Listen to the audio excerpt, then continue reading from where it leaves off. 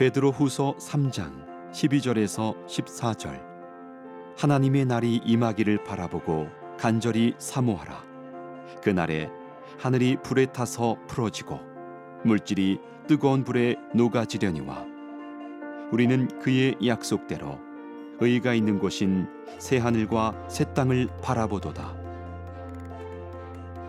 그러므로 사랑하는 자들아, 너희가 이것을 바라보나니 주 앞에서 점도 없고 흠도 없이 평강 가운데서 나타나기를 힘쓰라.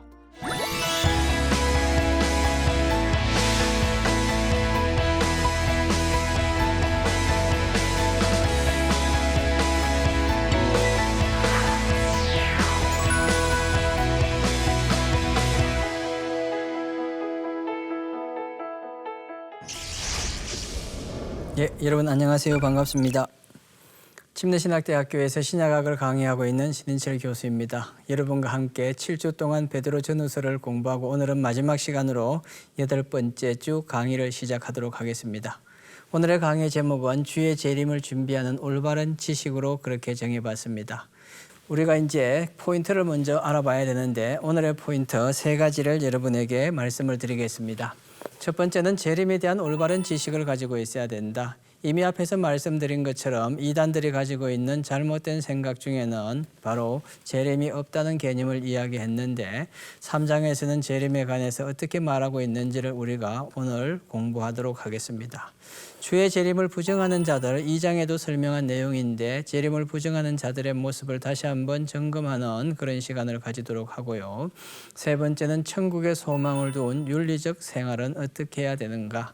결국 거짓 가르침을 따르지 아니하고 주님의 말씀을 따르고 있는 사람들, 사도들의 가르침을 준수하고 지켜나가는 사람들은 어떻게 천국의 소망을 두면서 윤리적인 삶을 살아갈 수 있을 것인가. 이 3가지를 3장을 통하여 한번 살펴보도록 그렇게 하겠습니다.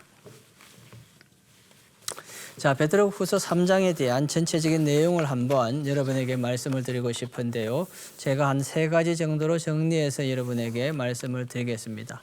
첫 번째는 주의 재림에 대한 올바른 지식이 필요하다고 누누이 강조하고 있습니다. 재림이 없다고 하고 재림을 부정하고 있는 사람들에게 재림에 대한 올바른 지식이 얼마나 중요한지를 3장에서는 설명하고 있습니다. 두 번째 베드로후서 3장에서는 주의 재림이 없다는 자들에게 주는 경고가 등장하고 있습니다. 물론 2장에서도 일정 부분 이 부분에 관해서 다루었지만 2장에서는 정체, 거짓 교사들의 가르침에 대한 정체에 대한 부분을 다루었고 그들에게 주는 경고에 관해서 살펴보도록 하겠습니다. 자, 그리고 3장에서 또 우리가 다뤄야 될 중요한 부분들은 주의 날이 도적같이 오기 때문에 늘 준비해야 된다는 것을 말하고 있습니다. 이것은 종말을 준비하는 신앙, 종말을 예배하는 신앙생활을 어떻게 할 것인가에 대한 내용을 정리해 준 것으로 그렇게 볼 수가 있습니다. 종말에 대한 올바른 지식에 관해서는 3장 1절로부터 10절 말씀에 등장하고 있는데 과연 종말이 있다는 이 주장을 하고 있는 사람들에게 역사적인 증거 자료들을 통하여서 종말이 반드시 온다는 것을 베드로후서 3장에서는 우리에게 보여주고 있습니다.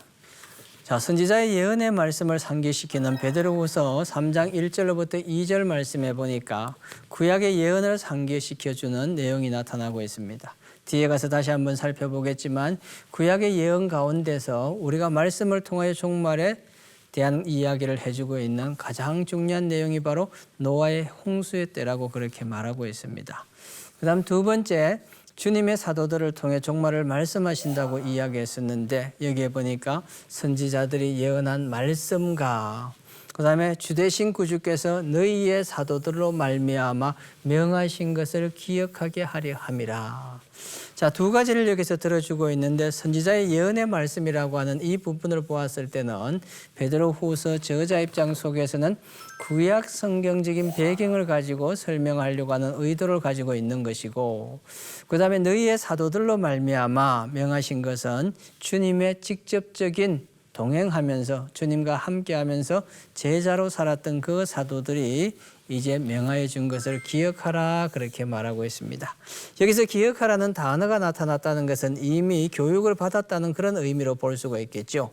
교육을 받았다는 것은 이미 재림에 대한 올바른 가르침을 행하고 있었고 그것을 듣고 있는 사람들인데 그 재림에 대한 온전한 것을 지식으로 잘 가지고 있지 못하기 때문에 그들을 건면하려고 하는 의도와 목적이 이 속에 담겨져 있는 것으로 볼 수가 있습니다. 주의 재림의 예언을 비웃고 속이는 거짓 교훈이다 그렇게 말하고 있습니다. 자, 여기에 나오고 있는 단어 중에서 주의 예언을 비웃고 속인다고 이야기하고 있어요. 비웃고 속인다는 것을 우리가 과거의 성경에 보면은 한글 개역판에 보면은 이게 기롱한다 그렇게 말해주고 있습니다. 기롱한다는 단어가 가지고 있는 의미가 바로 다른 사람을 속이고 비난하고 이런 내용이 바로 기롱한다는 의미의 뜻을 가지고 있기 때문에 주의 재림을 예언을 비웃고 속이는 거짓 교훈이라고 말합니다. 그래서 이단적인 요소를 가지고 있는 사람들은 주의 강림하심, 그 예언, 재림하심에 대한 부분을 믿지 않는 사람이었죠. 이런 사람들을 향하여서 교훈을 던져주고 있는데 그 교훈 자체가 이미 앞에서 말씀드린 것처럼 구약 성경에서 가져오는 부분이 있었다는 것을 말하고 있죠. 그래서 창세 때부터 현재까지 하나님의 심판이 없다고 부정하는 사람들이었습니다. 하나님의 심판이 없다고 이야기하니까 이미 살펴본 것처럼 구약에서 3번의 심판이 있었다는 것을 설명하며 그 중에 하나가 바로 노아의 홍수 때의 심판이 있었다는 것을 들어서 예정을 보여주었다고 지난 시간에 여러분에게 말씀을 드렸습니다. 하나님의 능력과 섭리하심을 부정한다. 하나님의 능력을 부정하는 것이고 그 다음에 그분의 섭리하시니까 인도하심을 부정하는 것이라고 그렇게 말하고 있죠. 이 부분에 관해서는 베드로후서 3장 4절 말씀을 보면 좀 더 이해하기가 쉬운데 거기에 보니까 이르되 주께서 강림하신다는 약속이 어디 있느냐 이렇게 하니까 기롱하는 모습을 가지고 있는 것이죠. 비웃는 모습을 가지고 있는 것을 말하고 있고요. 조상들이 잔 후로부터 조상들이 잤다는 것은 죽은 이후로부터 만물이 처음 창조될 때와 같이 그냥 있다 하니 그러니까 만물이 창조되어졌는데 그 창조 상황 속에서 사람들은 또 태어나고 죽고 이것이 반복되어지지만 그 모든 자연 만물들은 창조 때와 동일하게 그대로 있다. 그 말의 의미는 바로 이 거짓 교사들은 재림이 없다는 것을 강조하기 위해서 이런 표현을 쓰고 있는 것으로 볼 수가 있을 것 같습니다. 자, 그러면은 이런 기롱하고 있는 사람들, 이들의 모습을 좀 더 구체적으로 보죠. 자, 이런 모습을 가지고 있는 사람들에 관해서 거짓 교훈에 대한 반론을 제기하기 시작하는 겁니다. 자, 여러분이 잘 아시겠지만 이미 앞에서 말씀드린 내용 속에서는 거짓 교훈들이 어떤 것인가, 그들이 주장하고 있는 내용이 무엇인가에 대한 것들을 여러분에게 말씀을 드렸습니다. 그들은 성경에서 가르쳐주고 있는 사도들의 가르침과 구약 성경에서 말하고 있는 진리 부분에 관해서 인정하지 아니하고 받아들이지도 아니하면서 그것을 비웃고 속이려고 하는 사람들의 모습을 가지고 있었던 것이죠. 이런 거짓 교사들의 잘못된 재림에 대한 개념에 관해서 이제 베드로후서 저자는 그에 대한 반론을 제기하는 내용이 여기에 기록이 되어 있습니다. 그중에 첫 번째, 이미 말씀드린 것처럼 물로 심판을 받게 되어졌다. 5절과 6절 말씀에 등장하는데 모든 자연은 사실 하나님의 창조물이고 피조물이라고 이야기하고 있습니다. 그런데 이런 피조물, 창조된 세계가 이미 거짓 선지자들이 이야기하는 것처럼 심판이 없었던 것이 아니라 구약 성경을 통하여 보았을 때 이미 심판이 있었다는 것을 명확하게 보여주는 증거가 있는데 그 증거가 바로 하나님은 물로 심판하신다고 말했습니다. 하나님이 물로 심판한다는 것을 우리가 구약 성경에서 보니까 노아의 홍수 때라고 그렇게 설명하고 있죠. 그 당시에 많은 사람들이 생각하기를 심판은 오지 않는다. 홍수를 통하여 심판이 있다고 그렇게 말했지만 노아의 가족 외에는 어느 누구도 그것을 믿지 않은 그런 모습을 가지고 있었습니다. 이와 마찬가지로 베드로후서를 읽고 있는 독자들에게 거짓 가르침에 쏟고 있는 사람들에게 심판이 없는 것이 아니라 반드시 하나님의 심판이 있다는 것에 관해서 강조하고 있는 내용이 첫 번째 물의 심판으로 그렇게 등장을 하고 있는 것입니다. 자, 그 다음에 거짓 교훈에 대한 반론인데 우리가 불의 심판에 관해서 설명하고 있죠. 이게 7절 말씀에 등장하고 있는 내용입니다. 불심판이라고 그렇게 표현을 하고 있는데 이 불심판은 소돔과 고모라가 불로 심판을 받게 되었다고 말합니다. 여러분이 알고 있는 것처럼 구약 성경에서 가장 정말로 많은 사람들이 느끼기에 가장 불신앙적인 모습을 가지고 있고 타락한 모습을 가지고 있던 것이 바로 소돔과 고모라라고 그렇게 생각이 되어집니다. 그런데 거기에 바로 불이 떨어져서 유황불이 떨어져서 모든 것들이 다 소멸돼 버리는 타버리는 그런 심판의 결과가 나타났다는 것을 예를 들어서 설명하고 있는 것이죠. 그래서 하나님께서 불로 심판하신다. 하나님이 불로 심판하신다는 것을 강조하고 있고요. 하나님을 믿지 않고 거역한 자들은 믿지 않는 자들과 거역한 자들은 결국 어떻게 되는가 하면 멸망을 당하게 되어질 것이다. 이렇게 표현을 하면서 비웃고 기롱하는 사람들에 관해서 지금 이 베드로후서의 저자는 반론을 제시하고 있는 부분이 여기에 등장하고 있습니다. 거짓 교훈에 대한 반론인데 베드로후서 3장 5절로부터 10절 말씀에 나타나고 있는 내용을 살펴보도록 하겠습니다. 자, 여기에 등장하고 있는 내용 속에서 하나님의 시간에 대한 개념을 지금 설명하고 있는 내용입니다. 하나님의 시간에 대한 개념 자체가 8절과 9절에 나타나고 있는데 이 시간의 개념이라는 것은 인간이 가지고 있는 시간의 개념과 하나님이 가지고 있는 시간의 개념이 다르다는 것을 설명하고 있는 것입니다. 자, 그래서 재림이 없다고 생각하는 사람들의 입장 속에서는 창조되어지고 난 다음에 이 자연이 그대로 있습니다. 사람이 죽고 또 죽고 또 죽어도 그렇게 죽어나간다고 할지라도 자연의 변화가 없는 것처럼 재림은 일어나지 않는다는 개념을 가지고 있는 것이 바로 거짓 교사들의 가르침이었습니다. 이런 개념을 가지고 있는 사람들에게 이제 베드로후서 저자 입장 속에서는 시간의 개념을 통하여 설명하고 있습니다. 하나님의 시간의 개념과 인간의 시간의 개념은 다르다는 것을 말해주고 있습니다. 이것은 하나님의 일과 인간의 일이 다르다는 것을 의미하는 것으로 그렇게 해석이 가능하겠죠. 자, 구체적으로 살펴보니까 거짓 교사들이 어리석다고 이야기하고 있습니다. 이 어리석다는 것은 하나님의 일과 인간의 일이 같은 차원에 있다는 것을 생각하고 있는 겁니다. 하나님은 신적인 신이시고 절대자적인 개념을 가진 그분의 시간의 개념과 인간은 유한한 존재이기 때문에 이 존재는 제한적인 존재라는 것을 말하고 있습니다.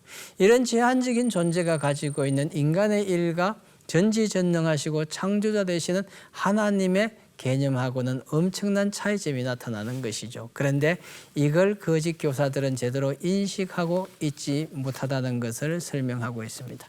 그래서 인간의 시간과 하나님의 시간이 다르다는 것을 강조하고 있습니다. 어떻게 다른가 하면은 하나님은 하루가 1000년 같고 1000년이 하루 같다고 이야기하고 있습니다. 주의 목전에는 1000년이 지나간 어제 같으며 밤의 한순간 같을 뿐임이니라 시편 90편 4절을 인용해서 말하고 있습니다. 하나님의 시간의 개념이 다르기 때문에 인간의 시간의 개념을 가지고 하나님을 이해하고 바라본다는 것은 절대적으로 일어날 수 없는 일이라는 것을 말하고 있는 것이죠.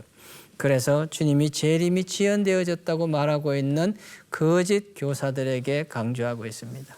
재림의 지연은 죄인을 회개하려는 하나님의 선물이라는 표현을 제가 썼습니다.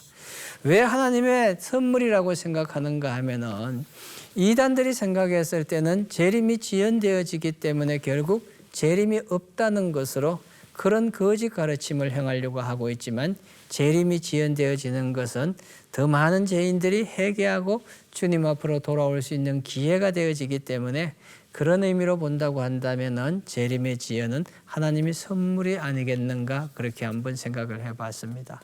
그래서 이단들이 강조하는 것은 재림이 없다는 것이고 재림이 없다는 그런 사고를 가지고 있는 사람들의 문제점은 바로 하나님의 일과 인간의 일을 같은 차원에서 보고 하나님의 시간적인 개념과 인간의 시간적인 개념을 올바로 알지 못하기 때문에 나타난 문제점이라고 우리가 바라볼 수 있을 것입니다.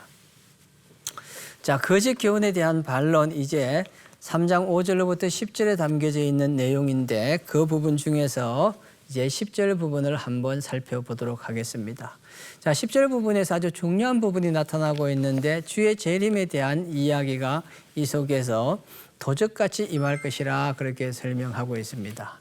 자, 주의 날이 도적같이 임한다는 이 부분에 관해서 도적같이 한다는 것은 알 수 없다는 것을 말하는 것이죠. 우리가 시간적인 개념을 가지고는 언제 그분이 오신다는 것에 관해서 알 수 없다는 의미 속에서 주의 날이 도적같이 임한다 그렇게 설명을 하고 있는 것입니다. 자, 우리가 신약 성경에서 재림에 관해서 이야기하고 있는 성경이 아마도 데살로니가 전서와 데살로니가 후서에서 재림에 관해서 굉장히 많은 부분들을 다루고 있습니다. 임박한 종말론적인 개념을 가지고 데살로니가 전서가 이야기하고 있다고 한다면은 데살로니가 후서 같은 경우는 이제 지연된 종말론적인 개념을 가지고 설명을 하고 있습니다. 그런데 두 성경 다 데살로니가 전서와 후서에서 포커스가 맞춰지고 있는 것은 우리 주님이 재림하는 시간에 관해서는 아무도 알 수 없다는 것을 말해주고 있는 것입니다. 어느 누구도 주님이 재림하는 시간을 알 수 없다는 이 말 속에는 바로 주의 날이 재림의 시간이 도적처럼 온다고 말하고 있는 것이죠. 이와 마찬가지로 주의 재림은 정해진 시간이 아닌 바로 아무도 알 수 없는 그 시점에 오는데 그것을 갑자기 임할 것이라고 말합니다. 갑자기 임한다는 것은 준비가 안 되었다는 그런 의미를 나타내고 있는 것이죠. 예기치 않은 시간에 임할 것이라는 것은 이것도 마찬가지로 뭐예요? 준비할 시간이 전혀 없다는 것을 말하고 있는 것이죠. 준비되지 않았을 때 임하게 되어지기 때문에 이게 나타나고 있는 의미는 항상 준비하는 마음을 가지고 있어야 된다고 설명하고 있는 것입니다. 이단들이 강조하고 있는 거짓 교사들이 강조하고 있는 재림이 없다고 하는 이 내용 속에서 베드로 후서 저자 입장에서는 재림이 없는 것이 아니라 재림은 반드시 있지만 그것이 언제 일어나는가에 관해서는 아무도 알 수 없기 때문에 늘 항상 준비하고 있어야 되는 것으로 그렇게 강조하고 있습니다. 자, 그러면은 재림이 분명히 있다고 주장하는 이 베드로 후서의 저자 입장 속에서는 재림을 기다리고 있는 사람들은 어떤 모습을 가지고 있어야 되는가를 이제 설명할 것입니다.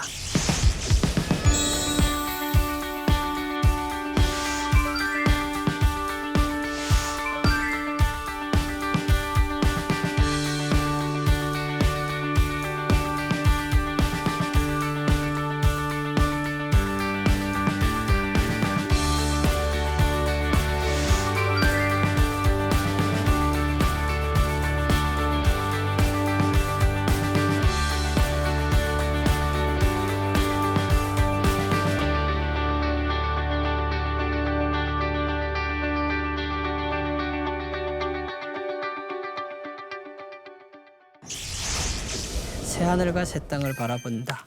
새하늘과 새 땅을 바라본다는 것은 결국 영원한 나라 하나님 나라를 바라본다는 의미가 담겨져 있고요. 그런 삶을 살기 위해서 그것을 바라보기 위해서 필요한 것은 거룩한 생활을 해야 되는 것입니다.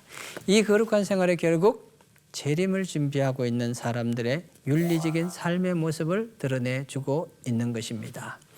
자, 그래서 베드로후서 3장 11절과 14절 말씀해 보니까 너희가 어떠한 사람이 되어야 마땅하냐? 재림을 기다리고 있는 사람으로서 어떠한 모양을 가지고 사는 것이 중요하냐? 거룩한 행실과 경건함으로 살아야 되는데 하나님의 날이 임하기를 바라보고 간절히 사모하라. 하나님의 날이라는 것은 재림이 있다는 사실을 알고 간절히 사모하는 마음을 가지고 있으라는 것이죠. 그날에 하늘에 불이 타서 풀어지고 물질이 뜨거운 불에 녹아지려니와 우리는 그의 약속대로 의가 있는 곳인 새하늘과 새 땅을 바라보도다. 여기서 말하는 하늘의 불에 타서 풀어지고 물질이 뜨거워진다는 것은 종말론적인 표현이라고 볼 수 있습니다. 그래서 마지막 때를 나타내는 표현이죠. 그러므로 사랑하는 자들아 너희가 이것을 바라보나니 주 앞에서 점도 없고 흠이 없이 평강 가운데 점도 없고 흠이 없고 평강 가운데 지나라고 말하고 있는 이것이 바로 윤리적인 삶을 추구하라는 그런 의미로 우리가 해석을 할 수가 있는 것입니다. 자, 그렇다고 한다면 이제 구체적으로 윤리적인 삶을 어떻게 살아야 될 것인가를 설명하도록 하죠. 천국을 소망하는 자들에게 권면하는 윤리적인 생활에 관해서 얘기하는데 윤리적인 생활, 도덕적인 생활이라고 그렇게 말할 수 있겠죠. 그 첫 번째는 약속을 굳게 믿는 믿음 위에 서야 된다. 굳게라는 단어가 여기에 나오고 있는데 이 굳게라는 단어를 뭐 여러 가지로 해석을 할 수 있을 것 같습니다. 굳게라는 단어는 믿음 위에 서기 때문에 굳게 위에 믿음이 선다고 생각했기 때문에 이거는 반석과 같은 것이라고 생각할 수 있겠죠. 그래서 신앙의 기초가 든든해야 된다는 의미를 가지고 있는 것입니다.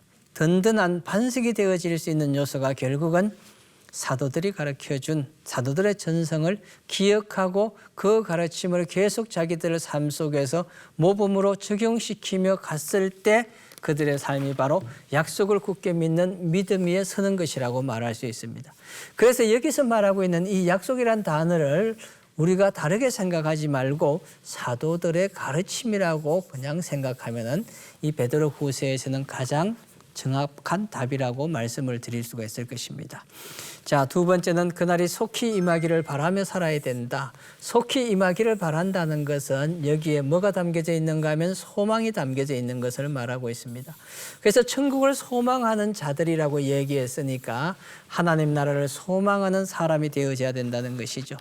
이런 하나님 나라를 소망하는 삶을 살아가는 삶이 바로 윤리적인 생활의 기초가 되어지기 때문인 것입니다. 그런데 이런 삶은 어떻게 살아가느냐? 거룩한 행실을 보여야 된다. 거룩한 행실이라고 말하고 있습니다. 이런 윤리적인 삶을 살기 위해서 필요한 것이 무엇인가? 올바른 성경 해석에 근거한 지식이라고 그렇게 말해주고 있습니다. 이 말은 다른 말로 표현한다고 하면은 재림을 기대하지 않는 거짓 교사들 입장 속에서는 성경 해석을 온전히 하지 못했기 때문에 그런 결과를 가져오는 것이죠. 재림이 없다고 생각하는 사람들의 가장 큰 문제점 중에 하나가 바로 이런 종말에 대한 성경 해석 자체를 온전히 이해하지 못했다는 것을 나타내주고 있는 것입니다. 우리가 사랑하는 형제 바울도 그 받은 지혜도로 너희에게 이같이 썼고 그 모든 편지에도 이런 일에 관하여 말하였을 때 그중에 알기 어려운 것이 들어있으니 무식한 자들과 굳세지 못한 자들이 다른 성경과 같이 억지로 풀다가 스스로 망하게 되어졌다고 말하고 있습니다. 자, 이걸 요약해 놓은 내용이 지금 나타나고 있는데 그 요약한 내용을 한번 살펴보도록 하겠습니다. 올바른 성경 해석을 해야만 우리가 온전한 정말 참된 신앙생활, 재림을 기대하는 윤리적인 삶을 살 수 있습니다. 그럼 어떻게 해야 되느냐? 바울은 하나님이 주신 지혜로 서신을 기록했다고 말하고 있습니다. 바울 서신 자체가 하나님의 지혜로 기록됐기 때문에 그 가르침을 우리가 믿고 따른다는 것이죠. 베드로와 바울 편지 모두 영감된 말씀이라고 이야기하고 있습니다. 이걸 부정할 수 없다는 것이죠. 두 사도는 재림을 기다리는 소망이 일치한다고 이야기하고 있습니다. 베드로 사도도 재림을 기대하고 있는 것이고 바울 사도도 재림을 기대하고 있다고 말하고 있습니다. 이단들이 바울의 편지 가운데 어려운 부분을 잘못 해석함으로 인하여서 재림이 없다고 생각하는 그런 모습을 보이고 있지만 사실 성경은 재림에 관해서 말해주고 있기 때문에 재림을 기대하는 사람은 윤리적인 삶을 살아가야 될 필요가 있다는 것을 말해주고 있습니다.